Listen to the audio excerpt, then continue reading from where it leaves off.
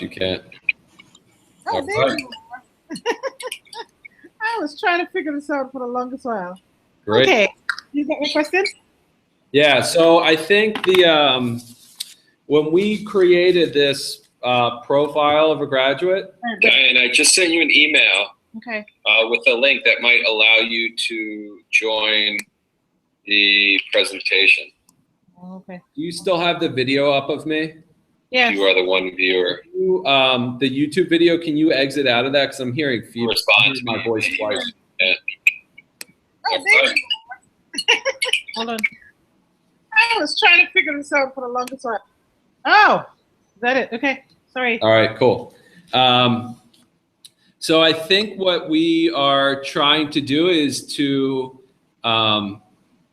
create our course objectives within the context of the profile of a church farm school graduate. Okay. Right. So if you looked at, this document where we sort of broadly outlined what the characteristics of a church farm school graduate are, I think we then, for you as a department chair, should be looking at it from an even more macro level to think about how does the language department equip students with these particular skills, and how is our departmental philosophy reflective of these core skills. And from there, then we think about how do each of our courses connect students to the development of these unique skills. And what we end up doing then is kind of articulating those skills within the context of our discipline. I'll show you an example real quick. I just got to move some things around on my computer. So this summer I've worked with Zach Roberts on our new Foundations of Learning course. Chris Gramlich and Tom Bennett have been working on a course on entrepreneurial leadership, and Matt Hom was just in here and Chaplain John on their courses, and essentially walking them through the same process. And I'll just show you, if I can show my screen for a second. Let's try this one. All right. You see my screen now? All right. Let me just make this a little bit smaller. Okay. At the very top of this Understanding by Design template, what I essentially did under Established Goals, I have my church farm school goals at the very top. Course-specific goals. Now, I articulated both my content expectations and aligned them to the skill expectations of the school. Now, of course, this particular course is a little bit different because it's kind of like an introductory course to the skills. And so it's a little bit different than what we did with the entrepreneurial leadership class, or even with Matt's American literature course. But essentially, what I was working with Matt on was, can we take the language, or at least the idea behind each one of these skills in the profile of a graduate, and articulate it within the context of this particular course. So for instance, we still want our language learners to be thinking critically, communicating effectively, collaborating, not only with themselves, but also thinking about cross-cultural collaboration. Want them to be developing character as a result of learning this new skill, which is really important. It takes a tremendous amount of character to learn a new language. And we want them to be thinking creatively and creating products that express their learning. And so, I think the first task then is to articulate those goals within the context of the particular course that we're teaching. Got it. And as I said, for you, I think also as a department chair, thinking about it, what does this mean for the language department? How are we achieving these goals within the language department? So let me just pause there. And if you have questions, I'll answer them for you. So I guess the next big question is the idea of cross-curricular And how do you kind of make sure you're tapping into the resources that are available inter-department, inter or cross-curricularly, so that we can gain more advantage, I suppose, on all of these CFS goals, the critical thinking, communication, cooperation. So, like, how do we? I think where we are right now with the language department in terms of all of this is trying to figure out how do we tap into the resources available in social studies and history and math and science. I mean, I was reading this article on STEM education in foreign languages, and there's so much scope, there's so much that we could be doing in terms of giving kids skills to understand how to create these products that solve problems in these global issues. Yeah. So I guess I wonder how we could do that. Right. So let me I can give you sort of what I've done again as an example, and then maybe share some other ideas that may take a little bit more long-term planning. Do you have any other questions about the goal setting things? No, I think I got the goal setting. I think I understand. Yeah, just one last piece too that I want to share with you before moving on. Mm-hmm. This example that I'm showing you was for the first unit of the Foundations of Learning course. Right. So each unit, I'm really working then off the course-specific goals to create unit-specific goals. Right. And then I build the unit from there. Okay. So I'm going to stop screen sharing now, and I'm back. Okay. So let me, again, working from the Foundations of Learning course, just want to show you a couple of things that I kind of have just been doing on the board here in terms of planning. Right. But again, this is just walking through the understanding by design protocol. Does this look backwards to you actually when you're? No, it's perfect. Okay, all right, good. I'm looking at my own screen. It looks backwards to me. That's what I said. So what I did when I started to plan this course is I looked at kind of the broad community calendar that we have. Right. Not only the calendar of events, but also kind of just like the day-to-day routines of the scope of the year. And I just began to make note of like important aspects, especially thinking about new students that would connect them across the program to life at Church Farm School. And the other thing that I did is just knowing the 9th grade curriculum, being a 9th grade teacher for a couple of years, is I knew various projects that take place over the course of the year and tried to establish curricular connections. So for instance, the first unit in Foundations of Learning, the essential question is, who am I as a learner? And they're going to be taking a number of assessments about themselves, about their own perseverance and grit.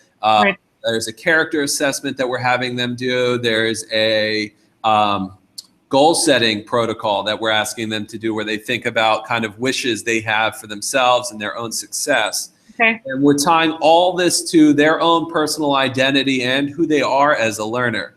I know that in their history class, and this also connects to their science classes, but in the first quarter, in their history class, there's a unit in big history on stars and new chemical elements, and how, from a scientific perspective in history, how the universe kind of came to be. The students' major assessment is to create a chemical identity mask, where it's kind of like one of those drama masks that have two sides. On the one side, they're going to be depicting their identity as a learner. And then on the flip side, they're going to be looking at all the elements of the periodic table, and identifying an element that sort of matches their personality as a learner. Just one way of kind of thinking about making a cross-curricular connection. That was a little bit more immediate for me because I've been, kind of working in a cross-curricular fashion. So to answer your question, and I've sort of mapped it out, like mapped my calendar out over the course of the year, trying to make as many cross-curricular connections as possible between the humanities, in which I include language here, and also STEM. Right. The thing that I think that is kind of a roadblock for us right now, but is also an opportunity, and I can, again, just share with you long-term plans at this point, is that because in a lot of ways we're not a really proactive community when it comes to planning, and we don't have a lot of existing artifacts when it comes to planning to look at the curricular connection. Right. I think the thing that we would like to do is have most people developing their unit plans on a collaboratively, but also doing it on like a Google Doc format where people could actually look into the curriculum plans. Like if you were interested in what 11th grade history was doing during the month of January, you could just open up their planning document and look at their unit plan and some lesson plans. Okay. Yeah, cross-curricular connections. And once we have that all sort of on the cloud and open for everybody, I think we can begin to look at each other's plans and make tighter, more intentional cross-curricular plans. It just is going to take maybe a little bit more time and a little bit more proactive planning. So how does this affect the whole curriculum mapping, well, where we are now and then where we're going to? Like, how does this inform us as to how we can strategize to make sure we're tapping into the resources and tapping into different departmental planning sessions or whatever, so that we can get to a point where curriculum mapping is like taking in consideration all the different aspects of or pieces or nuggets of information that are crucial to each level as they go through our program. Yeah, I think the first step's equipping people with this kind of skill and a common language towards planning. Right. And getting people on board in the planning process. Right. So, you know, the way that I'm sort of envisioning it, and I think the way that we've been talking about it, instead of having, as we've done in the past, people sort of submit unit plans or scope and sequence at the end of the year, have the community-wide expectation that we're just planning in an ongoing fashion. All that work is taking place in a sort of fluid, real-time, either individually or in a collaborative sense through Google Docs, so that you don't have to attach anything to an email and send it off somewhere. You can just peer in and see what's happening. So if you were observing, for instance, a language class, or you were observing a history class to try to get a better understanding of what's happening in that course, you could just go into that course's planning documents, look at the unit plan, look at the lesson plan, have some context for the observation, and go in with great questions and learn. I think that's the first step, being a community that's just doing that, and so that it's living, our curriculum is living in an online fashion and is being updated and revised on a day-to-day basis. The second thing is, I think once we have that view, which we don't currently have other than kind of old scope and sequences and textbooks, which quite frankly aren't very helpful, I think, for many of us.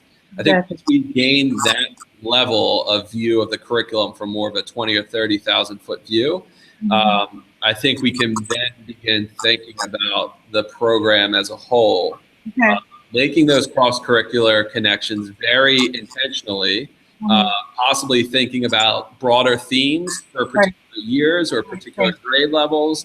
What are the essential questions that we're going to be asking across disciplines? And I think that will begin to help us maybe think proactively about our schedule. You know, like, what does time look like that is going to allow us to really take deep dives into addressing some of these questions and getting some of these themes and doing some of the cross-curricular work that we've been talking about. We just don't seem to have the time to do it, but I think it's probably more in the ways that we organize ourselves, less about our capabilities. Okay, sounds good. So I guess, what am I doing right now? I'm looking at the departmental expectations, the departmental philosophy. Yeah. Looking at the outline from the CFS graduate. Right. And then using that and talking into. For all of us, I mean, myself included, especially with getting some newer courses off the ground, I think that's what we want to be doing. We want to be taking a look at our profile of a graduate and other things like our belief statement as a school. You know, even the mission of the school, to make sure that all the things that we're doing are sort of mission oriented, are aligned with our beliefs, and are reflective of our profile of a graduate. So students have a consistent experience across the board. Faculty members have a consistent experience across the board. We're working towards common purpose as a school, and that I think we're an independent school in the sense that we're, you know, we have our unique mission. We've defined what we've done, what we're doing and pursuing in the classroom on a day-to-day basis, and that our work is really reflective of that. So I think that's the best starting point, Diane, is thinking about, you know, for you in particular as a department chair, what the departmental philosophy, is it reflective of our mission, belief statements, profile of a graduate, and then the course goals. They, you know, do they articulate those skills that we want our students to have? And even looking at what we looked at last week with that really broad range of statements, I think the best way that we get at that you know, broader scope and sequence of learning goals across the entire language program is taking a look at some of those I can statements and merging them together with our profile of a graduate. And I think that's where we're going to have kind of the most bang for our buck in creating standards for our students. Awesome. Okay. I see my work is cut out for me. All of ours, right? All of ours. It's going to be a process, but I think, you know, I think we're going to in time reap the benefits, especially when we welcome new folks on board and we don't just hand them a textbook like happened to the both of us probably. Oh yeah. They, you know, just go at it. You know, we have an intentional plan for those folks. Okay. I'm writing down. If you, you know where I live, obviously. But if you have questions, you know, stop by, send me an email, give me a call. Okay. And enjoy yourself at the beach. I will. I'll be leaving today. Great. Thank you. All right. All right. Bye-bye.